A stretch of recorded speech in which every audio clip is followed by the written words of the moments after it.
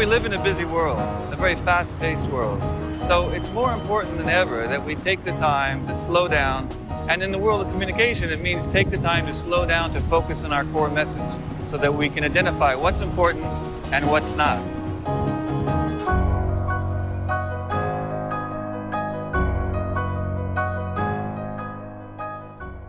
Presentation Zen is an approach, not really a method. You know, a method is something you pull off the shelf and can follow step by step.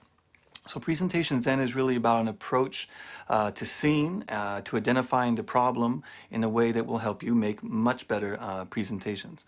So, you know, every presentation basically has three chunks, right? You have the preparation and you have the design, and then in the end you have to deliver it. And that's pretty much standard with every presentation.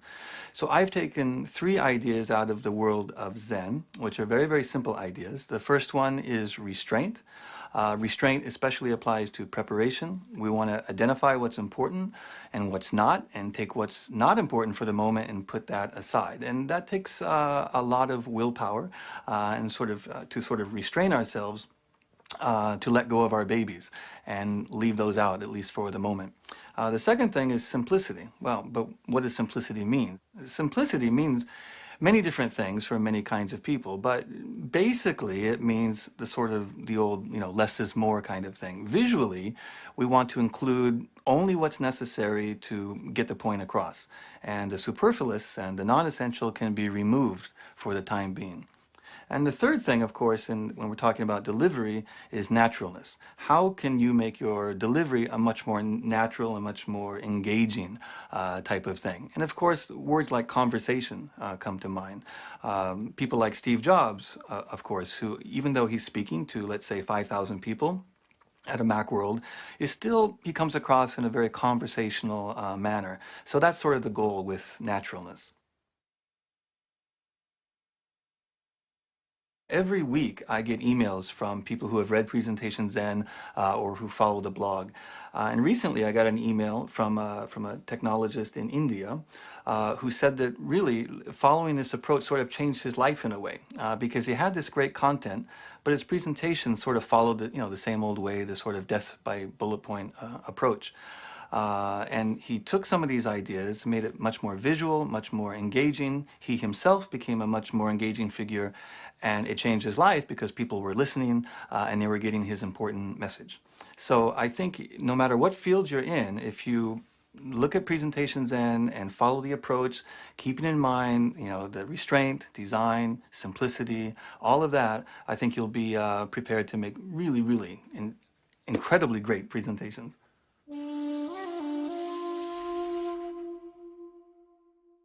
Now, what is a slidegement? Well, that's a slide and document. You put it together and you get a slidegement. And this happens when people try to kill two birds with one stone. The only problem is no birds are killed, which is great if, you know, you're a bird, but for everyone else, we get a document that sort of looks like this, where there's not enough information to be a useful document, and there's too much information, certainly too much text, to be a visual. And this is what happens when we don't exercise restraint. The opposite of restraint to me is actually laziness, right? Or, you know, we just don't take the time to bother with this idea of paring down and focusing on what's important. So one piece of advice then is to remember in the preparation stage that you can have a proper handout and that you should make a proper handout. And if you do that, in the handout, that's where more of the details can go. And it can be spelled out, it can be written out in a very logical fashion. And if you do that up front, then you won't feel compelled to cram your slides with lots of information that you don't actually need, but you sometimes put it in there, well, just in case, right? Someone says, well, what about this piece of data? Well, if it's in the handout, then you won't feel compelled to do that.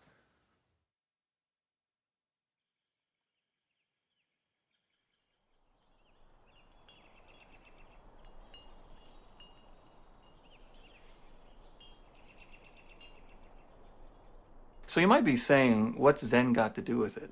And you know, I actually have lived in Japan for almost 20 years, except for times when I was in graduate school or when I worked for Apple. I've been living in around Tokyo or Osaka or even in the Japanese countryside. So Zen, which was born in India and then moved to China and grew up in China, but really took root and flourished in Japan. And it's at the heart of Japanese culture. And we don't verbalize Zen, of course, on the streets of Japan, but it is there. And for me, it's been a very sort of profound experience studying the Zen arts. And I've seen that you can apply the principles and the principles of Zen and Zen practice to many aspects of life, including work and including presentations.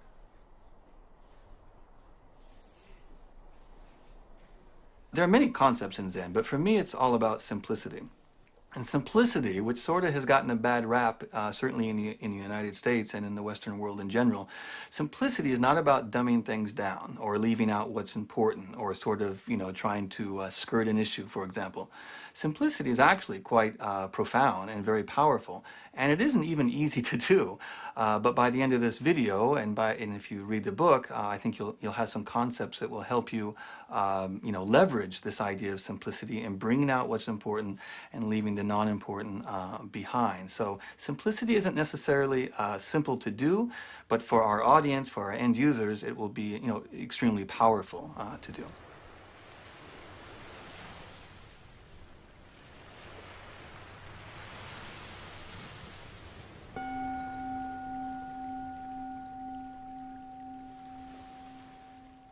The first step in the preparation process is to identify the core, to identify, the real essential thrust of the presentation. And one way to do that, really the first thing, is to first clear your mind so that you can identify what's important. And this brings up something that I learned from the world of Zen, which is called the beginner's mind, or sometimes it's called the child's mind. And what that means is, we are all experts, of course, in our fields, but if you adopt the beginner's mind or the child's mind, there are many possibilities to a problem. As experts, we kind of get locked into the traditional way of thinking about things, and we know of myriad of ways, of many possibilities of why this can't be done or why that hasn't been done. So in the beginner's mind, they say, there are many possibilities. But in the expert's mind, there are few. So although we are experts to some degree or another, if we just sort of put that aside for a while and just look at the problem in a new way, we can often sort of see things that we didn't know were actually there. And that's very important when we're trying to identify the core.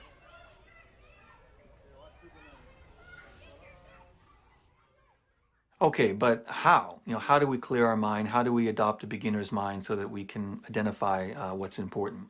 So one thing I always recommend is to go analog. And what I mean by that is to not prepare at the computer, but to get a million miles away from the computer, actually. So if you can't do that physically, then just turn off the computer so that you won't be distracted. And in fact, when we're on the computer, we're always online, aren't we? And it is said that the always online person is sort of the always distracted person.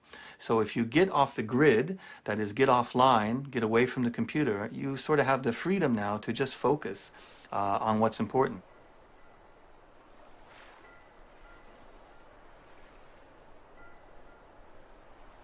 I recommend taking a legal pad or some notebook or something like that, or maybe just a whiteboard in a conference room by yourself, but get away from technology so that you can identify what's important and what's not.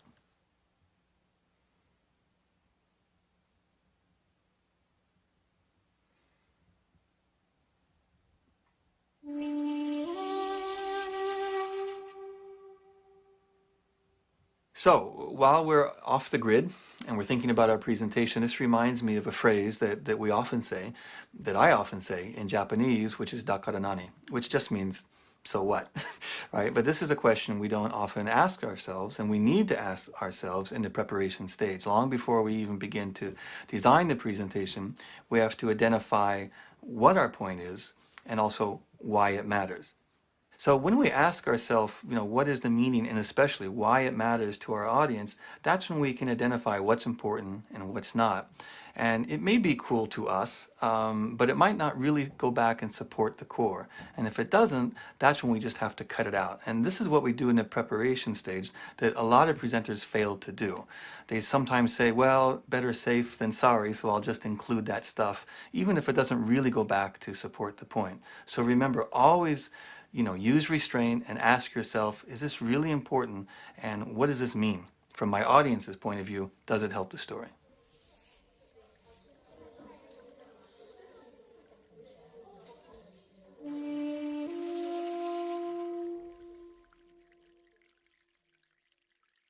You know, we're hardwired to tell stories and to understand stories. And in fact, you know, before we could write, we were telling stories. I mean, even kids, before they enter school and can read and write, they're telling stories. I mean, it's just sort of how we convey information.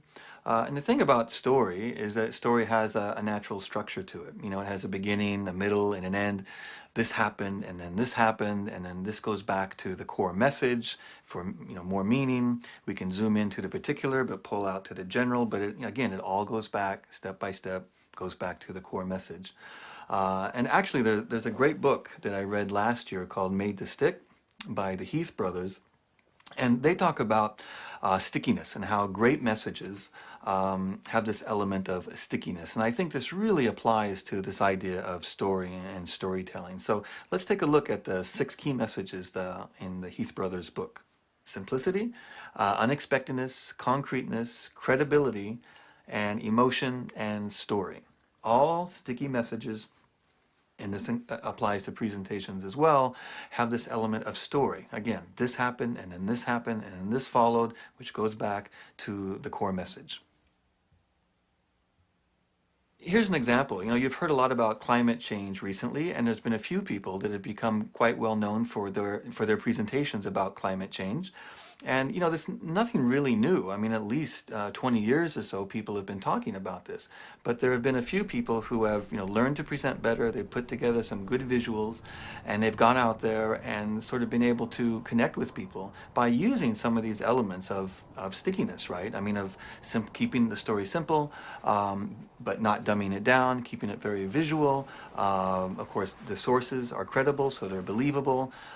They don't fall into the trap of being too abstract, but keeping it real, you know, using data, but also wrapping it in the form of a story. So when it comes to the issue of climate change or global warming, we've really seen a sea change in attitude across the globe. And part of the reason for that is that there have been some credible presenters who have used many of the ideas that we talk about in Presentation Zen to craft stories and deliver those stories in a way that's very memorable.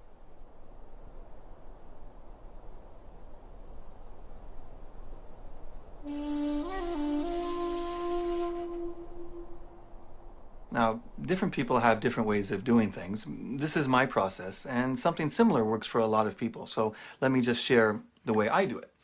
It's basically in 4 steps. The first part is brainstorming, and that's nothing new to most of you. To me, brainstorming is very, very messy. Usually it's on a whiteboard, or it might be in big sort of post-it notes. And that's when you're freely expressing, you're thinking about a problem, you're expressing ideas, and you write it all down. And you don't judge it, as you know, at that time. So it tends to be kind of messy, and it's all up there visually so that we can see it. The second step is what I call grouping. And during the grouping process is when we step back. And that's the great thing about going analog, is that physically you can step back, which is harder to do on a computer. So we're stepping back, we're looking at the whiteboard, and we're seeing themes, or we're identifying, oh, here's something which is the most important, or maybe these 2 things. And through that, we can identify the core, which is basically the one thing. What is the one thing that we really want to say? What's the one thing that is the heart of this?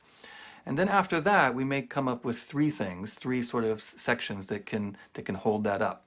And the example that I'm showing here is about fitness and having a healthier life. I worked with a client, and their goal was to give good health advice.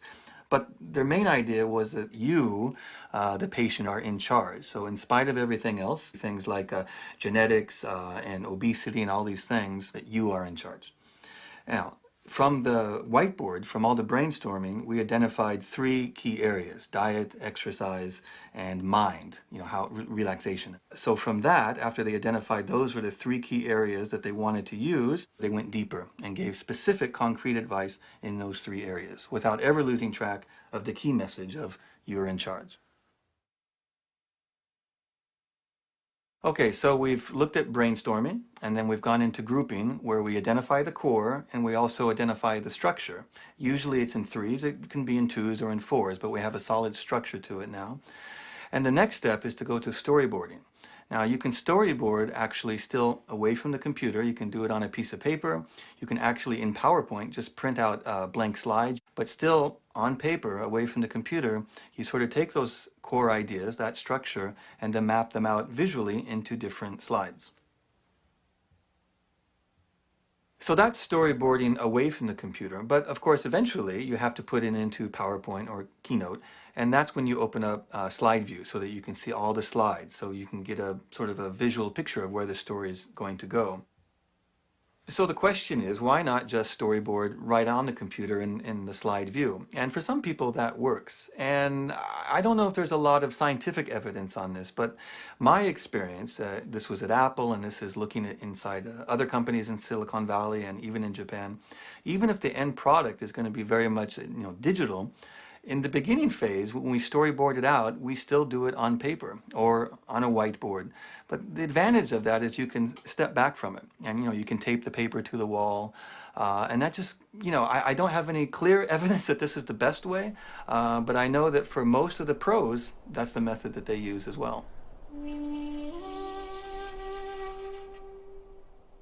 So here's an actual example from a presentation that I did about a year ago. So this is called Zen and the Art of Presenting, as you can see on the legal pad there. And the goal really, people, if we're lucky, will remember one thing a few weeks later. So my goal was to get the audience to realize that there's a different way to present with slideware, with PowerPoint or with Keynote, and to sort of increase their awareness. You can see that I've identified the three underlying themes, which are the same ones that are in the book and in this video, which is restraint, simplicity, and naturalness. And then the structure that really gives, that is sort of the meat around the presentation, is also related to the three hunks of the book and the video, which is preparation, design, and delivery. Okay, so now we're in slide sorter view, and you can see all the slides in our presentation. You can see the title slide, of course, very simple, the naked presenter. And then I take some time to explain what does it mean, what does naked presenter mean? It's a catchy title, but it comes from the idea of hadaka no tsukiyai, which means in Japanese, basically, naked we're all the same. So it's sort of a metaphor for, efficient, honest, real communication. So I set that up, set the stage, but then it's very clear. The structure is extremely clear and visual. You can see it right here. There's preparation, visuals, and delivery. And you don't always have to be that explicit with the structure, but in this case, it worked very well to do it that way. I wrap it up by showing that same slide again, just so it's sort of the ending. Here we are, preparation, visuals, and delivery.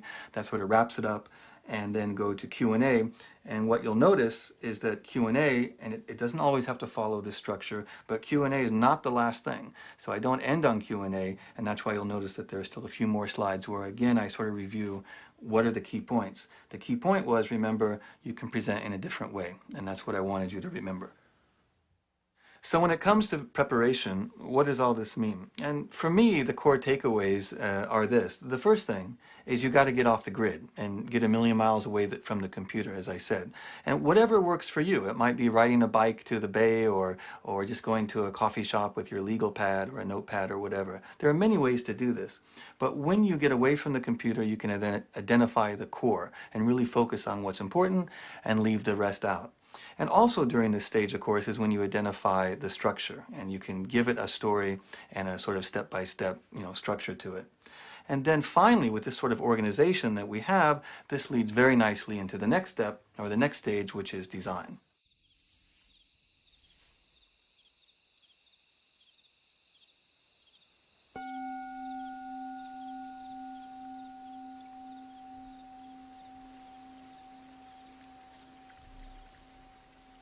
And now I'd like to move on to the design stage. And in the design stage, the underlying theme is simplicity. Now, simplicity is important, of course, through all stages, but especially when we're talking about design and talking about visuals. And there are many concepts that you can keep in mind when we're talking about visuals and designing our visuals. I will talk specifically about 7 very useful principles. But before that, I thought it would be interesting to do something a little bit different and talk to you about 3 principles that I got from the world of Zen and the Zen arts that is a little bit different, but you actually can apply these to the world of presentation design as well.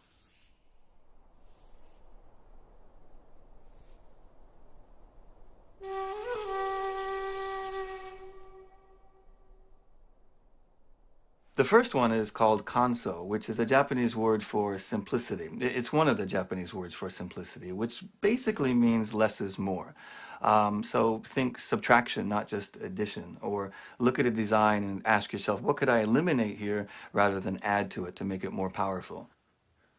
The next one is shizen, which basically just means naturalness. And as it applies to visual design, it really is the opposite of slick. We don't want an overly designed or sort of overly slick or artificial.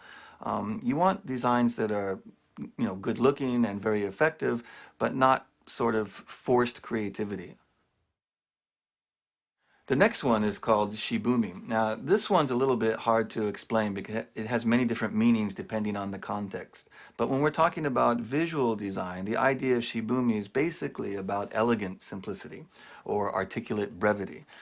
You can think in terms of suggestion rather than just really, beating someone over the head with it visually. So these ideas really get back to the idea of simplifying, and that if you simplify, you can actually amplify your message. Amplification through simplification is an idea that people like Scott McCloud has talked about in his book on comics.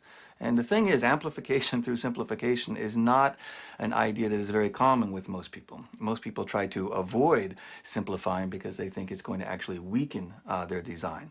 But the thing is, if you keep this in mind, amplification through simplification will actually make your designs much more powerful. So now let's look at 7 design concepts from the world of graphic design that have real applications to our world of slide design. So the first concept is called signal-to-noise ratio, and this is actually borrowed from the more technical fields such as radio communications. So you can think of signal as the message, and the noise, of course, is the clutter, the part that just interferes with that message. On your radio, of course, if you have a low signal-to-noise ratio, the noise, of course, is the static, and that's what gets in the way of the message. In our world, then, the signal are the visual elements that contribute to our message, and the noise is anything that detracts from our message. So noise can include things like, footers and logos and decorative elements that really don't add anything, and they act then as noise. Even though we're not conscious of it sometimes, it really gets in the way of our message. So when you look at this slide, what's the first thing that comes to mind? When I look at this, I see lots of noisy elements that just aren't necessary. For example, at the bottom, you see a footer. All these things, the date, the title, these really aren't necessary. The logo, not necessary. You can remove that. When you look at boxes, now a lot of default settings sometimes in slideware has boxes around text or around other elements. We don't need these lines around the text or even around the graph itself. When you look at the chart, the axis lines on the chart, vertical and horizontal, you really don't need those. You can either make them very, very thin or remove them altogether, because the bars actually will suggest lines anyway. And speaking of the bars are in 3D also with thick lines, and 3D is not necessary, especially when we're talking about 2D data, right? When you look at the bars, you'll notice that they're in many different colors, right? 6 different colors, 6 different bars. Why is that? There's no reason for that, right? That's just somehow decorative. I would suggest that you make them all one color, except if you wanted to have people look at a particular year. Let's say, for example, 2005 was the year that you wanted to point out. You could make that bar a different color. Now, what about the picture? Now, pictures, I'm actually a big fan of high quality photography in slides, but it's not always necessary. In this case, I think the photo actually detracts. It's just a sort of noise that detracts from this idea of just looking at the data. Data itself is visual. The data itself is graphical. So in this case, I don't think it really adds anything. And speaking of noise, what's the deal with bullet points? Whoever said that you should fill a slide with bullets and that this was an effective visual? Well, the thing is, actually, if most presentation books that you buy will suggest something like the 177 rule or a variation of that. What is the 177 rule? The 177 rule says basically that you should have only one main idea per slide. Well, that's a good idea. I agree with that. Insert only 7 lines of text maximum. Use only 7 words per line maximum. The question is, though, does this work? Is this method really good advice? Is this really an appropriate, effective visual? This slide has just 7 bullet points. Now, This slide is actually an example of a slide that would follow conventional wisdom about what is a good, simple slide. But this is not visual at all. This is a great example, actually, of noise, because we cannot read and listen at the same time. In this case, this kind of text on a slide just becomes clutter in my eyes, and it doesn't contribute to the person standing there, it doesn't contribute to the narrative.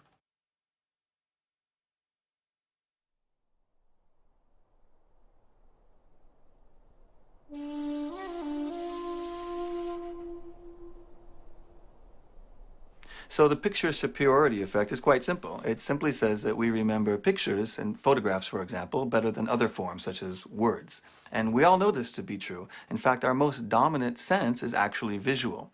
So let's look at some examples here. All right, so look at this slide. Now, when the speaker presented against this slide, his main point was that blogs are like sharks because you have to keep your blog updated or it will die. People will lose interest. Just like a shark, if a shark doesn't keep moving, the shark will die, right? The thing is, this slide is not very visual. It's not visual at all, and the words are there in bullet points repeating what he's already said. Now, if you look at this slide instead, this slide is very visual and very effective to get the point across. Now, there are no words except blogs are like sharks. And in this sense, the words along with the picture becomes a powerful visual. And they don't get in the way at all of the presenter and his narrative. So his spoken word along with this full bleed photograph and his key point, blogs are like sharks, together make a very, very powerful and memorable message. But also keep this in mind, picture superiority doesn't just mean pictures or photography. It also means things like quantitative displays, bar charts or a line chart. That is also a strong visual element. So when we say picture, we really mean anything which isn't just text or noise on a slide.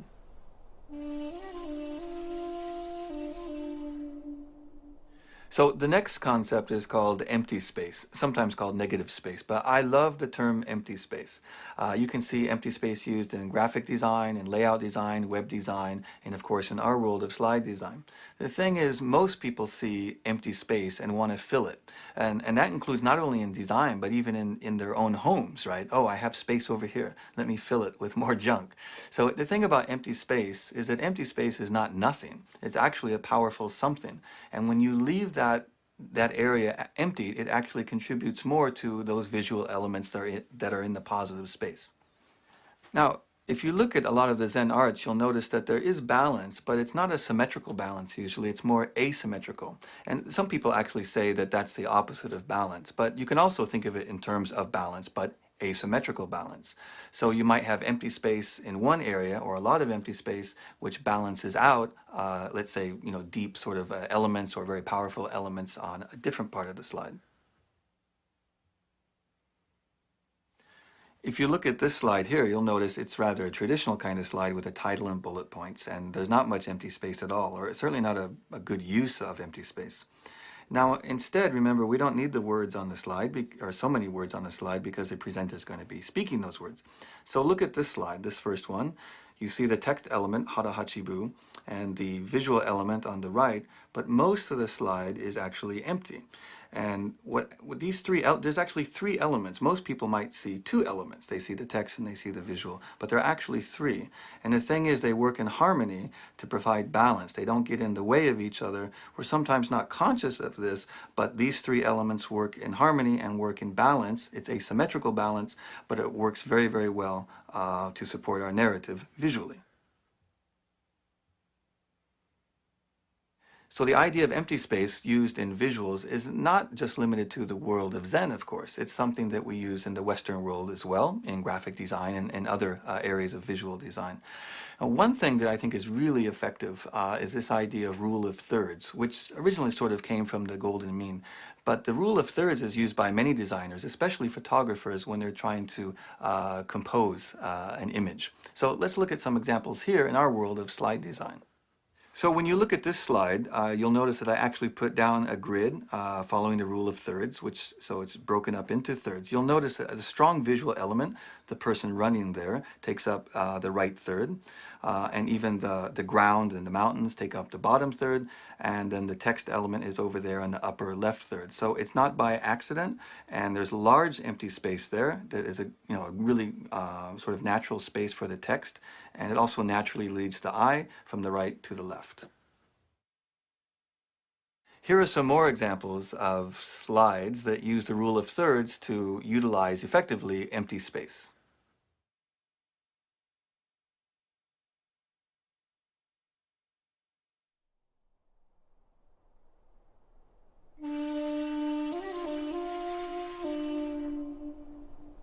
So I said there were 7 design concepts, and we've looked at the first 3, and now let's look at the last 4. And these 4 I've actually grouped together in what I call the big 4, and they are contrast, repetition, alignment, and proximity.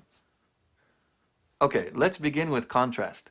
Now, I think contrast is actually the most important of the 4, and you can achieve contrast in many different ways. For example, black and white, color, size, and shape. But contrast is really about difference and showing difference, and we don't want to just show a little difference, we often want to show a big difference.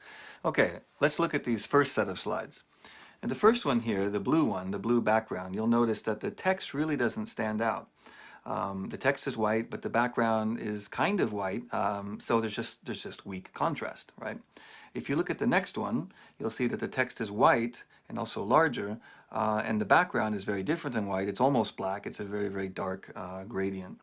So that's one. Color was used to achieve contrast, but also size. You'll notice that we wanted to draw attention using contrast, let's say to the word big. So it's much bigger, and also it's bled off the page a little bit, which is sort of interesting, and it's another way to draw attention via contrast.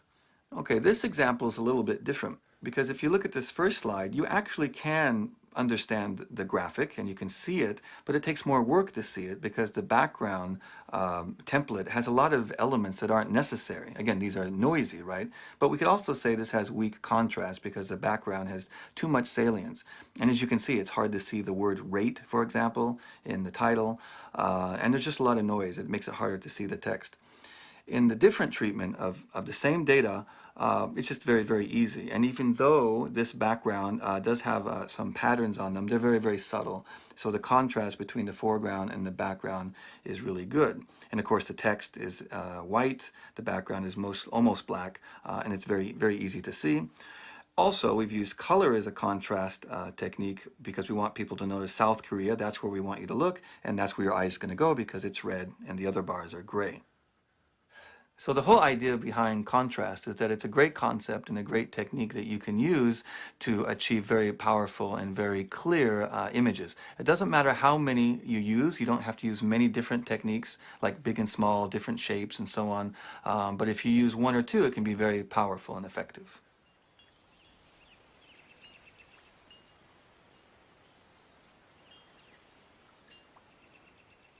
So the second concept is repetition.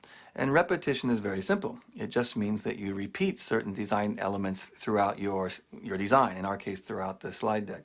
Now, the thing is with PowerPoint or Keynote, many elements are already built in. For example, when you choose a template, it will have the same background color, the same kinds of fonts, the same color font, and so on. But that is repetition, but that can get a little boring as well. So we're talking about taking it even a step further. And you might have certain elements that are repeated, not in every slide, but are repeated in just certain slides in a way that fit the theme. For example, in this video, you may have noticed as the concepts have been introduced, there has been one design element that has been repeated. And the reason that we do that is to bring the sections together in a sort of a unified whole.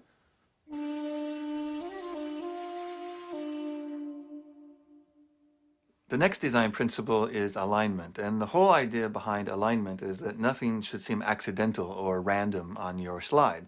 Elements are connected in some way, and that's through alignment. It's best to explain this principle by actually looking at an example. So take a look at these slides here. Now, this is an example of a title slide, and you'll notice usually we centered things, or you might flush to the left. But in this case, we've flushed all the text to the right, and you can see the main title, the subtitle, the name, and then the logo are all lined up on the right, and this forms an invisible line, vertical line, running along the right side. Here's another example, returning to the Hare Hachibu slide. Now, in this case, the text isn't exactly aligned with the eyes, but it's aligned in such a way that, although again, we're not conscious of it, but the eyes and the text sort of go together. So it sort of flows naturally. The next concept is called proximity, and the idea behind proximity is that elements that are related should be closer together and things which are not related should be further apart. You know, elements that are close together, the audience is going to assume that they're somehow related, and if they're not, then they should be at a greater distance. And again, it's best to explain this with a simple example. So look at this title slide here. You can see 4 text elements plus a logo. And in this case, it's really hard to tell which is more important, right? We see principles of presentation design. The second line is actually a subtitle, and then there's the name and his position. But it's not really clear which is more important than the other. In this example, the second example, it's very, very clear. So the first 2 lines of text are close together because they're more related. It's the title, the main part of the title, and then the subtitle. And then down below is the name. So the name and the gentleman's position, those are together. And the logo, again, is separated because that's the third element. So now we see there's actually 3 elements, not 5 elements. So when I look at this slide, the main problem is I just can't read the text. So how could we improve this? And in this slide, this is the title slide, and here there were 2 things. The first thing is proximity. Before the text was far apart. In this case, it's really come together as 2 text elements. It's the title with the subtitle in close proximity, and then the name, which is very separate, so it's further away. And then the idea of contrast. So now the background behind the text is almost black, which contrasts very well with the white, and then the photograph below eases in, and it's another element which draws us in. So remember, these design concepts are not hard and fast rules. They're simply guides, and not every concept will apply to every slide or every visual. If you want more examples, you can look at my book where I do highlight all of the concepts and others as well. But you know, you can find these examples of these concepts used in graphic design in the world around you. In fact, that's where I get a lot of my inspiration, and where I've learned a lot over the years how to apply the concepts is, for example, driving down the road and looking at billboards, or on the train when I'm on the subway. Every morning I'm looking at graphic design and advertisements, and you really can learn a lot, and you can see how professional designers actually do use many of these concepts in all of their designs as well.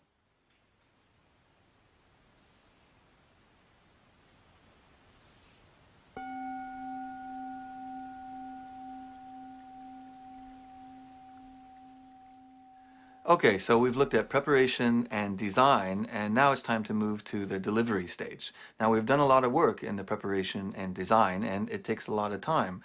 But in the delivery stage, this is where we put it all together and where we actually perform and present to our audience. And the key tenet running through the delivery stage is one of naturalness. And when I think of naturalness, I have to go back to Steve Jobs again, the master presenter.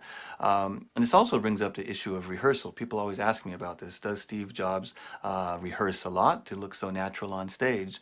And as a matter of fact, there is quite a bit of rehearsal that goes into his presentations. But there are different feelings about this. For some people, they feel that if they rehearse too much, then they'll lose that degree of naturalness. So it depends on your case. Each case is different. In my case, I do rehearse, and the more that I rehearse, then I'm able to be very natural in front of an audience. Because like any master, such as the master swordsman or the master artist in any field, the master has already got the technique down. So they don't have to think about the next step. They don't have to worry about technique. In fact, they don't even worry about winning or losing. At that moment, you begin to think about winning or losing, or how am I doing? That's the moment that you begin to fail, actually. So presentation is an art form in a sense, and it's the art of telling a story.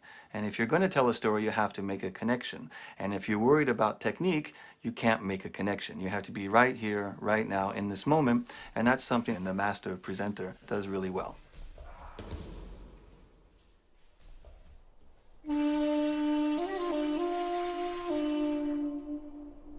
You can actually learn delivery skills from some unusual places, even from the world of judo. For example, if you look at Jigoro Kano's 5 principles of judo, you can see that actually all of them to some degree or another can be directly applied to delivery skills.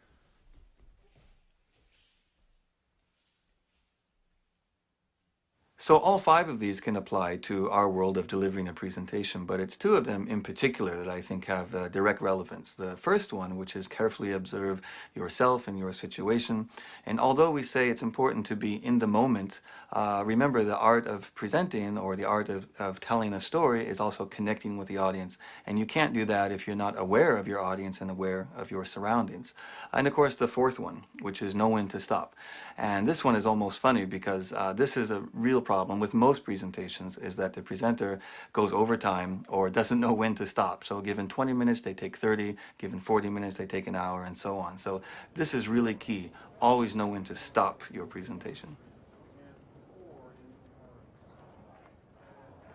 So what about the issue of presenting under fire? You know, you're in a situation where there's a lot of pushback from the audience, or maybe, you know, they're sort of pushing you and disagreeing with you in a kind of aggressive fashion. So how should you deal with that? Well, once again, we can sort of take something from the world of judo. Jigoro Kano had this to say about dealing with an opponent.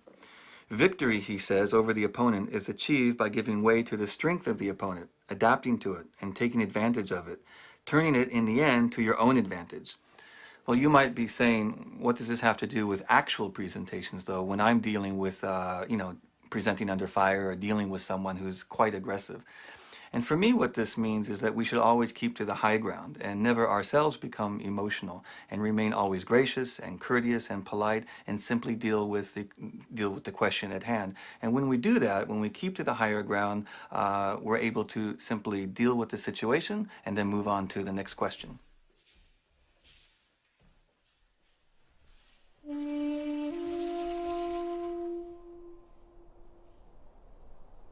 One of my favorite presenters who understands the importance of being in the moment and present is Benjamin Zander. Benjamin Zander is actually the conductor of the Boston Philharmonic Orchestra, but he's also an amazing presenter. And the main takeaway I've gotten from Benjamin Zander is this idea of contribution.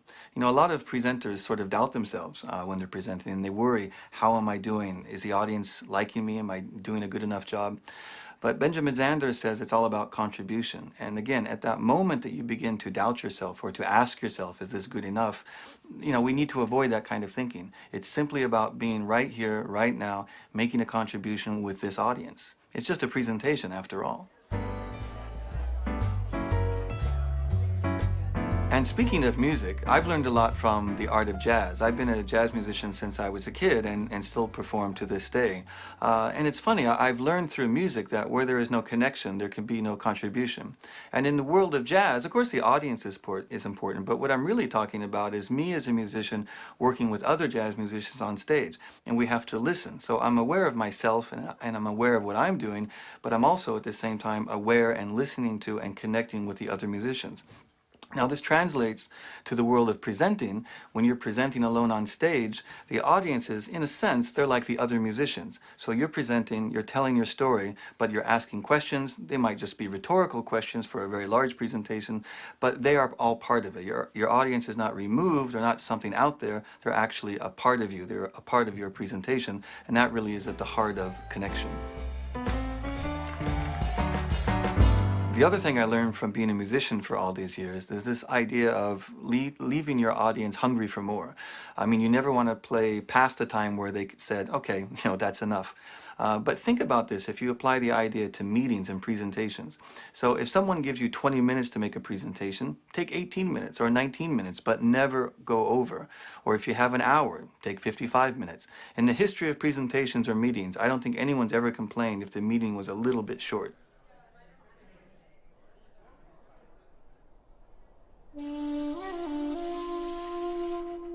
If we're going to make a connection, then we have to remove some barriers. And there are many things that can act as barriers to our ability to connect with an audience. But some of the most common ones are things like turning the lights off when you're giving a presentation. Now, it's true that turning the lights off will make the slides look better, but you have to go for a compromise in that situation because the audience has to see you. If they can't see you, there is no connection.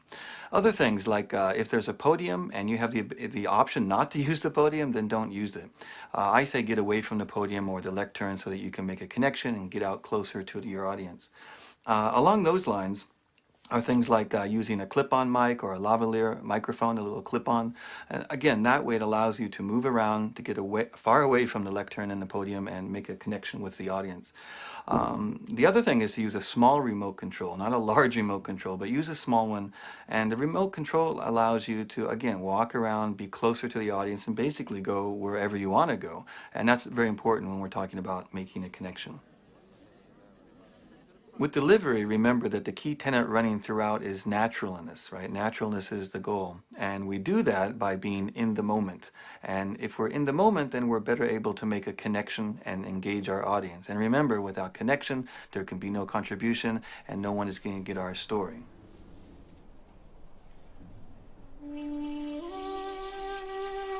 So, what's the conclusion? The conclusion is, there is no conclusion. There's only the next step.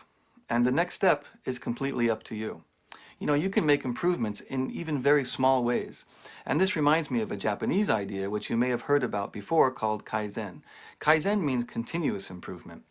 And in the spirit of Kaizen, even very, very tiny improvements are very important. You don't have to make improvements in huge gains. You can make step-by-step improvements as well. Well, how do you improve? Well, there are many ways. The first thing you can do is just volunteer to present. The more that you present, the better you're going to get.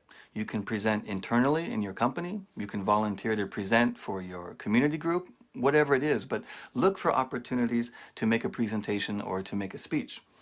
You could volunteer or join a Toastmasters and take advantage of the education that they have within Toastmasters, or even volunteer to make a presentation within Toastmasters. You could also volunteer to make a presentation at PHUC, or just find a PHUC event in your city and just attend and see how the constraints in PHUC really lead to good storytelling. And of course you can read. There are many books on presentations which are very good, of course, and communication, but you can also learn a lot about slide design and communication by reading books about graphic design, web design, interior design, and just design in general. And of course you can also learn a lot by reading the book Presentation Zen and following my thoughts and discoveries on the Presentation Zen blog. But remember, in the end, it's all up to you. Ganbatte kudasai.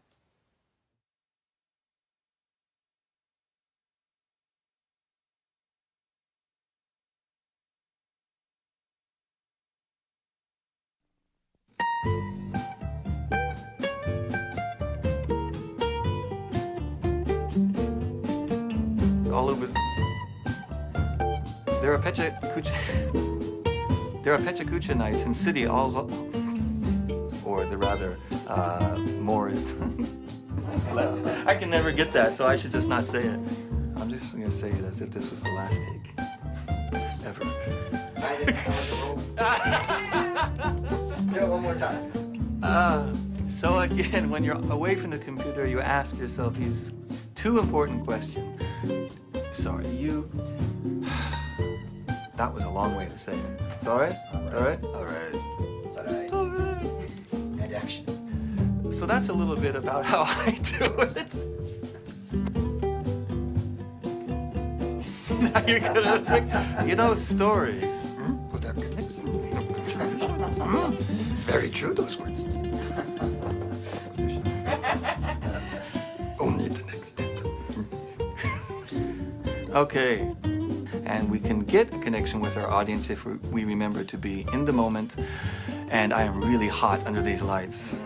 No, it's only hot here. Yeah. And this is where my brain is.